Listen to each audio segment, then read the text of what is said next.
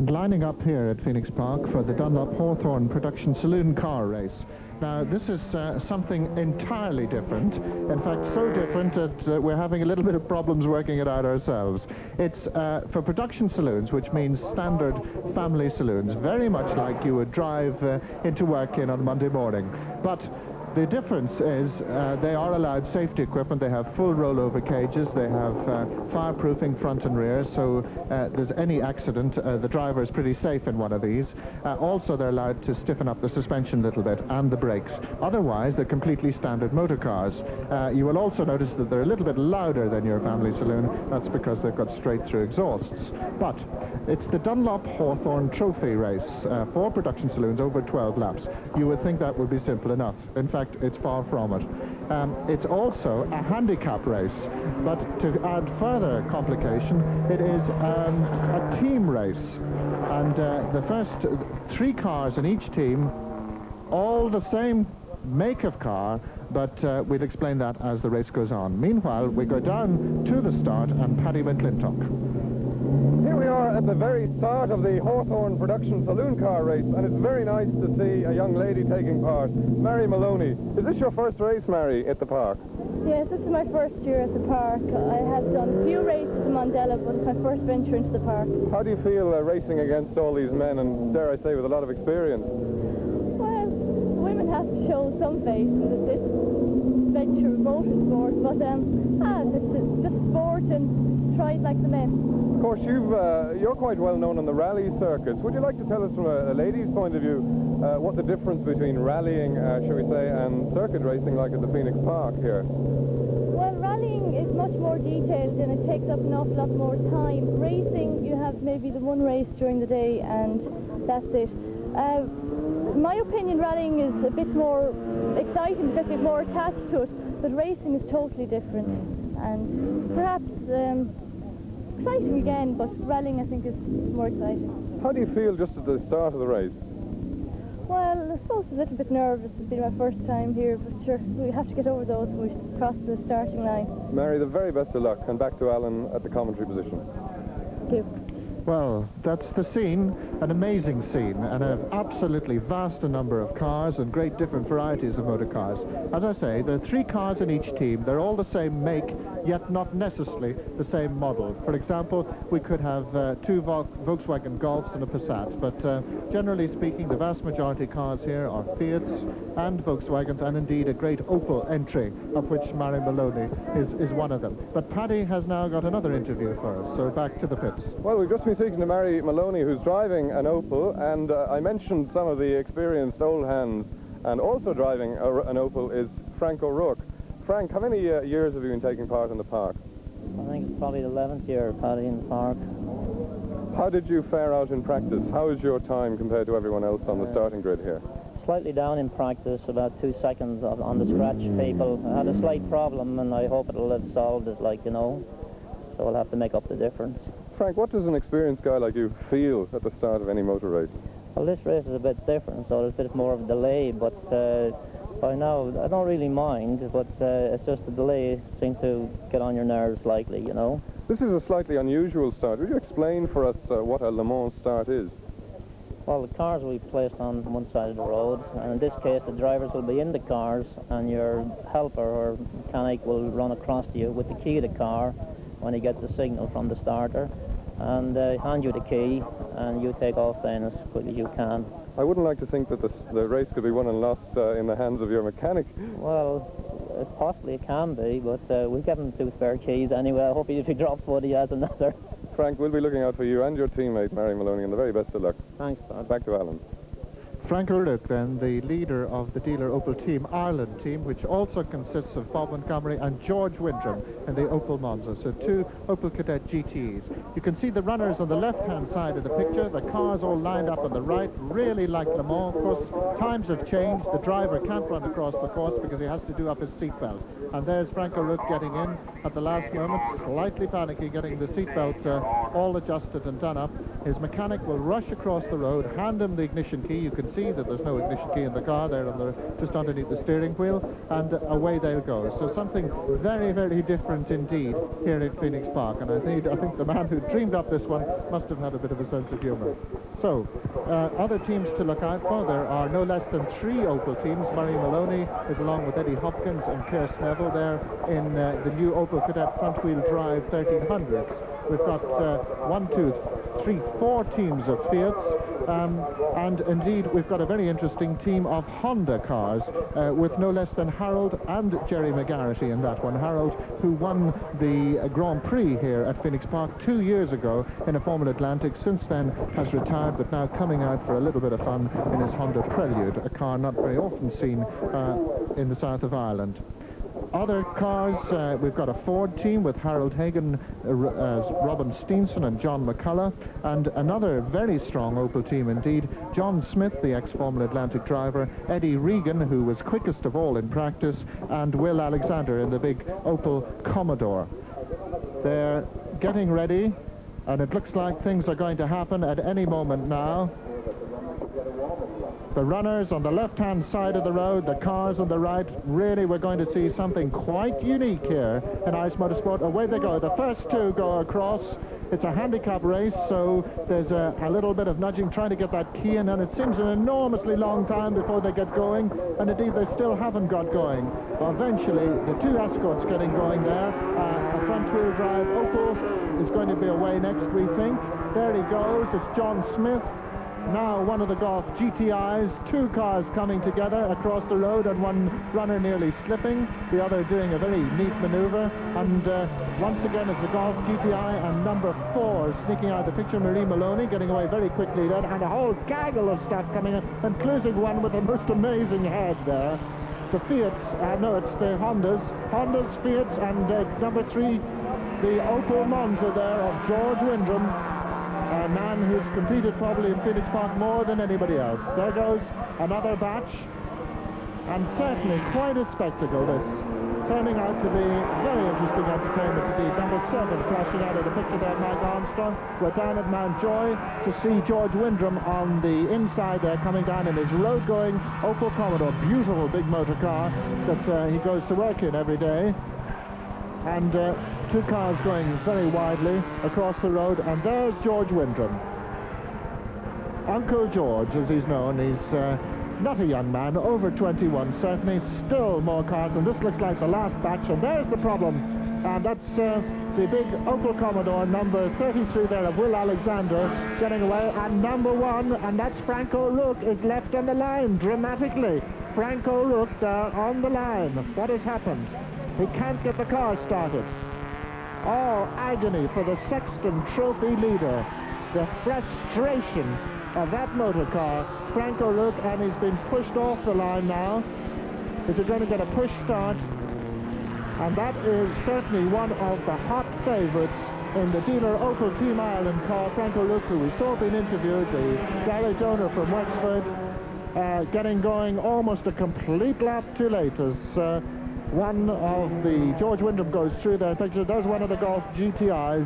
It looks like Norman Williamson, and one of the many Opels in the race. And already we're getting interesting little gaggles here, and we'll just have to take it now as a scratch race from now on. Number 1 going through there, Frank O'Rourke, almost a lap down, and going very slowly on the outside, and already being overtaken by number 28, Harold Hagen, the very experienced Autotest Hill Climb driver.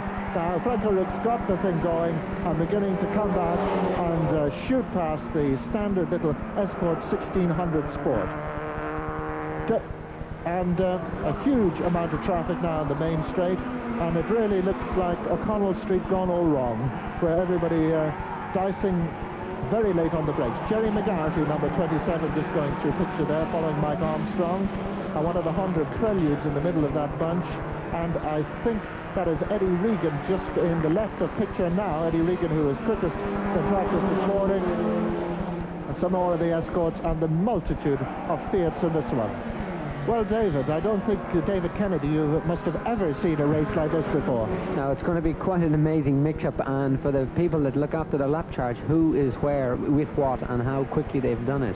But what should happen, hopefully, is later on in the race you'll find out the cars beginning to group up together. That's the reason of this scratch handicap race. The last car got away 96 seconds later than the car that got away first.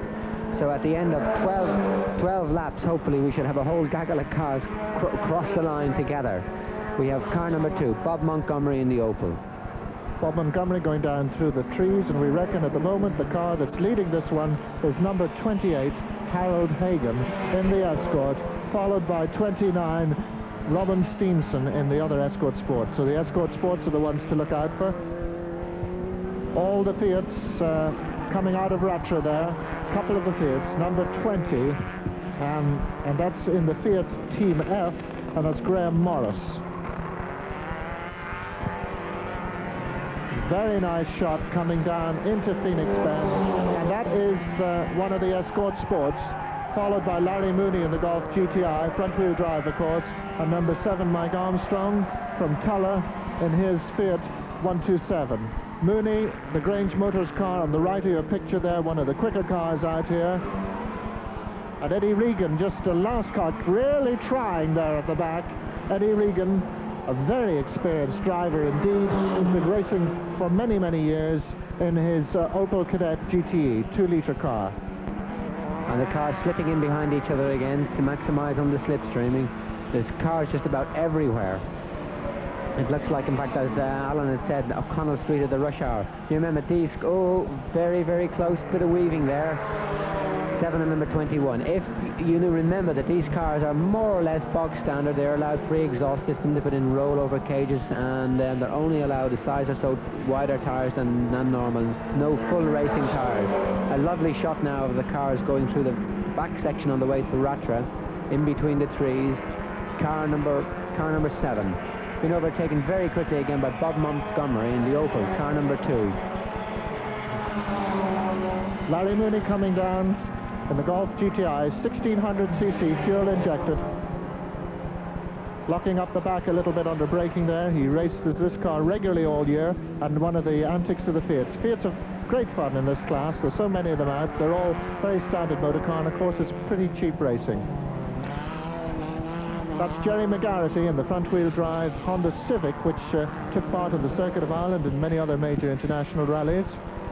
As you can see, what a handful, and the driver's really throwing the saloon cars. Front-wheel drive car then again of Larry Mooney, using all the road. Very neat bit of driving there indeed.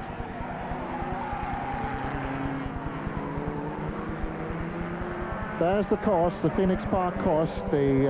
The corner that you're watching them come round is the one in the extreme right of your picture, just nearest to the main straight, going on to this huge long main straight, while a very fast Bob Montgomery flashing through the picture there in the Kadett GTE. And once again we see Larry Mooney in the Grange Motors car.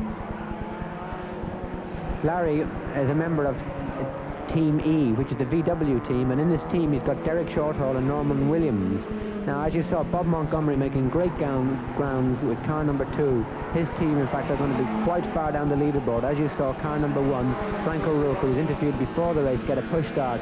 So I imagine he's either going to have a 10-second or possibly even a 1-minute penalty, which will drop their team right out of contention. But meanwhile, Bob Montgomery making tremendous strides, hoping to make up some of the ground that Frank O'Rourke has lost. One of the escorts there, the escort team are doing extremely well. Those will be some of the leaders there. Steenson, just going to the left of your picture, was lying in second place, and number 29 there. So the escorts, team-wise, probably leading this at the moment. George Windrum coming up the straight now in the Monza, and another one of the Opel Cadets, probably Maria Maloney. There's the front-wheel drive Cadet going round Mountjoy and coming down into braking distance now, and this becomes really quite a problem in standard saloons when you put them under punishment. The GTI on the right and 29 just sneaking through on the left. Robin Steenson in the escort there, who comes from Cookstown, and his business is toys and undertaking, so I suppose you could say that he gets both ends of the market. The GTI of Norman Williamson pulling away a little bit on the long back straight. These cars seem to be amazingly quite equally matched, in fact, as we saw them brake side by side down to Mountjoy corner. But he just seemed to have the advantage here on this section of straight. I don't know whether the other car is better under braking or so. We'll see again at the next corner. Car number 28, the leader, Harold Hagen. Again from Cookstown, and races this car regularly in the escort races, which are a single make class of racing. A 1600 escort sport, pretty standard, that he built up himself. And talking about motorsport, Harold Hagen has literally done it all. Hill climbs, sprints, auto tests, has represented Northern Ireland in many auto test championships. And at the moment, the two escorts, number 28 and 29, are leading this handicap race at the moment. So there's Harold Hagen leading at the moment as they come round Phoenix and up the straight. The Golf GTI in the background there, Norman Williams. Again, he's in the garage business and comes from Dublin and has raced quite a lot in production saloons, had an RS 2000 out before. But George Windrum, really one of the legends of Irish motorsport, a very generous man. Not only does he race himself, but he helps many up-and-coming young drivers to do the same. And indeed, it was one of his drivers, Phil Sparks, who won the production saloon car race here at Phoenix Park last year. Having a real go, Harold Hagen down the inside there, weaving his way amongst the traffic, and it's interesting to note that he's managing to stay ahead of the Golf GTI there. Yeah, quite surprisingly, actually. One would have expected the Golf GTIs to be quicker, but still, he hasn't made any great gains from the GTI. It's still hanging on quite close. Harold, as you said, of course, has a lot of experience in driving exceptionally well. His car seems to be stopping particularly well under braking and handling it very nicely. He's not getting the car crossed up or sliding up onto the dirt or wasting any time. Harold is out for a win on this one, obviously.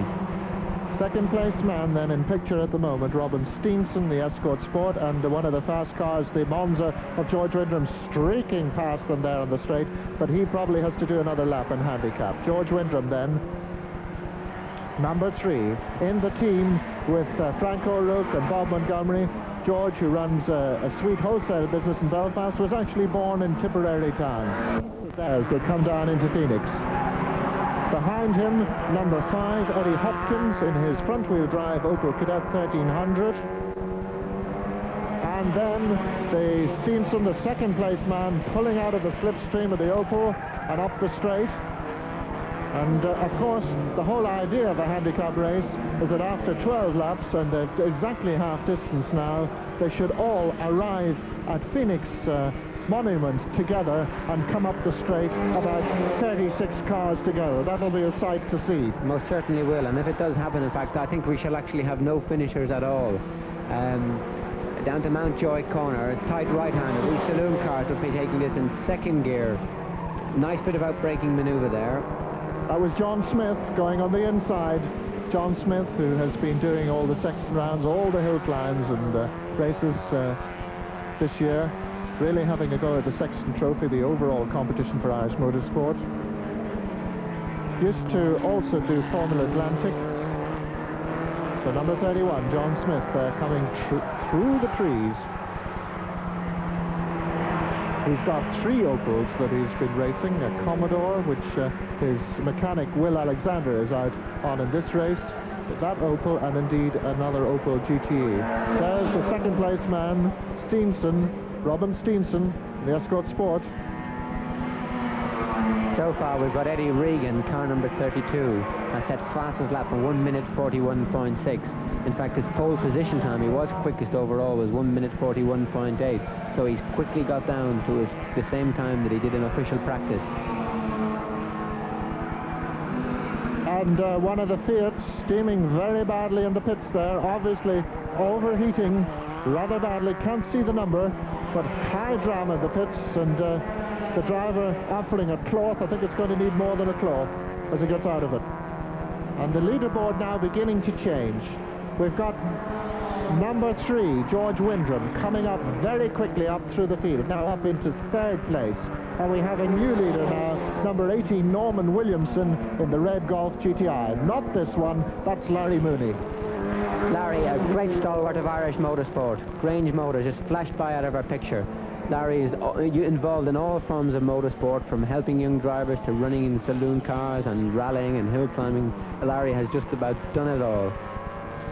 And it was Michael Sheenan who was in all that hot and bother in the pits there, the car overheating badly, the 24-year-old Dublin mechanic there, who looked in a spot above. The number 2 going through picture, Bob Montgomery on the inside. And there, in the pits, the fastest man in practice, Eddie Regan, number 32. What a disappointment for the Dublin driver. The Opel Kadett GTE 2-litre. Now, of course, this means that he's got to finish the race if his team is going to be in with a chance.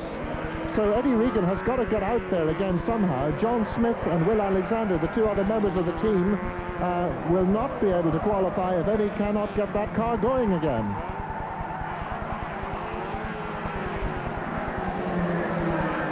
There's one of the Honda Preludes just coming through Phoenix in the background, and you can see the string of cars, and the very last one of those was Norman Williamson, number 18, coming up the straight now, right in the middle of your picture at the back, the Golf GTI, the red Golf GTI.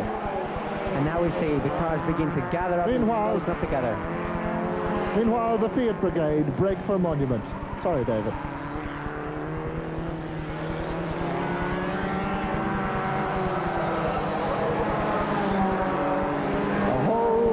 Of Fiats in many different colors, accelerating out of Monument and up around this long right-hander. There's the Honda Prelude trying to pick out the number. I think it's 28, and that's Harold Hagen. Harold Hagen being overtaken on the inside by another one of the park veterans, Des Cullen, and he's, like George Wyndham, have been round this course so many times over the years. We've just had news from the pits that Eddie Regan made a pit stop because he had clutch problems, so that'll have him out of the race and out of the race for good. 30, John McCullough, the 3rd member of the Escort team in the Escort 1600 Sport, breaking very late indeed for Ratra there. And the leader now, we make out to be number 18, Norman Williamson, the Golf GTA. So the Escort Sports drop back a little bit. Again, a Fiat under heavy braking there, flashing through the picture. And here is the traffic jam. George Wyndham there, just leading it out. Number 28, the early leader, Harold Hagen, who is still in 3rd place. The Fiat's heeling over, and somebody doing a very daring do inside there. There's Norman Williamson, the leader, going through the picture, the red one. Norman Williams, quite an experienced driver, races regularly at Modelo and production saloon car races, but the Golf GTI is new to him.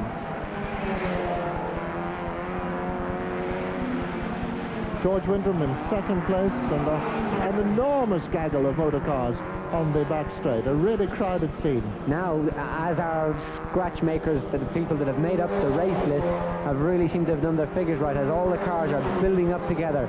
So I think, as Alan said, at the end of the race, at 12 laps, we'll have the whole lot. There's our race leader, number 18, Norman Williams, coming from Dundrum, the VW Golf GTI. The leader then going past one of the Fiats, up through the trees, race leader Norman Williams. Right up through the 5-speed box on the Golf GTI, probably touching over 100 miles an hour in a standard production saloon. It's pretty amazing. Quite quick speed to bring the cars down to about a 10-15 miles an hour for Ratra corner. Really making great pace here, as you see him just fly past the Fiat in the background. Driving very, very well, no problems at all. Down into 1st, and then trying to get the power down on the ground, not wanting to hit the curb at the outside there. Up into 2nd, then up into 3rd gear. You can see he's concentrating the head very slightly forward there, coming up to lap another one of the Fiats. He'll get him by Phoenix as he heads off into the wooded area. The next shot we get will be just coming into Phoenix there, and he's been held up slightly by that Fiat number 36, is it? Franco Mira, who was out in the Volkswagen race. Williams diving over to the right, accelerating out of the corner, and Wyndham right behind him in 2nd place. George Wyndham, the big silver car in the Opel Mounters. And it's really all got very close and hot and heavy. Harold Hagen is still in 3rd place. But another one of the Golfs, Derek Shortall, coming up there too. There's 1st and 2nd on the left-hand side of your screen. Williams in the Golf and George Wyndham, who surely must take him on this lap, and they're on the 10th lap of a 12-lap race. 2 laps to go. He's got a small, reasonable amount of distance to make up if he's to get the lead, but at the rate he's going, it is quite possible that he could win this race. Much more powerful car, and we have some of the lost their brakes. They've gone straight on at Mountjoy.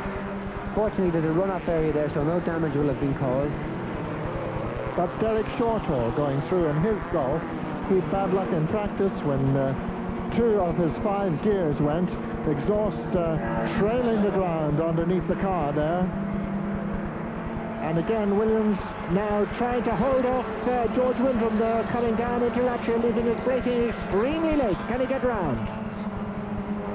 I think George, after the next corner, which is Phoenix corner, which is quite a tight right-hander, he'll make his move on the straight on the way down to Mountjoy corner. The Golf a little bit niftier out of the hairpin there, but the Monza, when it gets really steamed up, has a definite power advantage on the straights. Coming into Monument, here they come, first and second. Williams really trying, banging on the brakes there as the car was a little bit crooked. Now this and is using not all the road there, coming out onto the straight, and this is surely where George Wyndham should go through. There can't be a problem here for him now. He's not even slipstreaming. He is now going to take the lead, not this white car, but the red car on the left of your screen. The car ahead of us is a back marker. George Wyndham will be taking the lead. One of the Escort Sports in the way, and they seem to be about neck and neck, but the Monza definitely having the power advantage. And is it as good on the brakes as the Golf GTI? They will be hitting the braking distance. They're well into the braking distance now. And the Escort nearly taking the nose off the big Monza as it goes round. Number 30 there being a bit cheeky, John McCullough, in that manoeuvre, making it all the botheration of going past him once again, but no problem. Race leader, as you see on your screen, George Wyndham, Opel Monza. Probably the most powerful car in this race, but quite a handful for the very tight right-handed corners, which all the corners, we've got 3 tight right-handed corners in this track, and you can see the distance, how much he can be closed up on by the other car, and in particular the back marker that they just overtook just simply went right around the outside of the corner. Larry Mooney doing a bit of traffic cleaning up there around the back, and one of the Escorts coming down, one of the Opels in fact, coming down into Rattra. And it really requires a lot of concentration to break down from well over the ton down into about 25, maybe even 20 miles an hour in a production saloon. There's first and second on the screen. George Wyndham and John Williams. And the checkered flag waiting for George Wyndham. Up he comes, and yet another victory at Phoenix Park for the old man, and he wouldn't mind being described as that. Williams is second. In third place is going to be number 30, John McCullough, and in fourth, number 2, Bob Montgomery. But it's going to take quite a while to work out this team handicap business. Yes, it's quite a few problems there with several cars that made the pit stops, and here we have a good shot of George Wyndham, actually, as Paul calls him, Uncle George Wyndham. A very, very nice drive, quite a heavy, and here we have the unofficial team results, which was Frank O'Rourke, Bob Montgomery and George Wyndham. That was dealer Opel Team A. Well, that seems quite likely, because Wyndham won it and Bob Montgomery in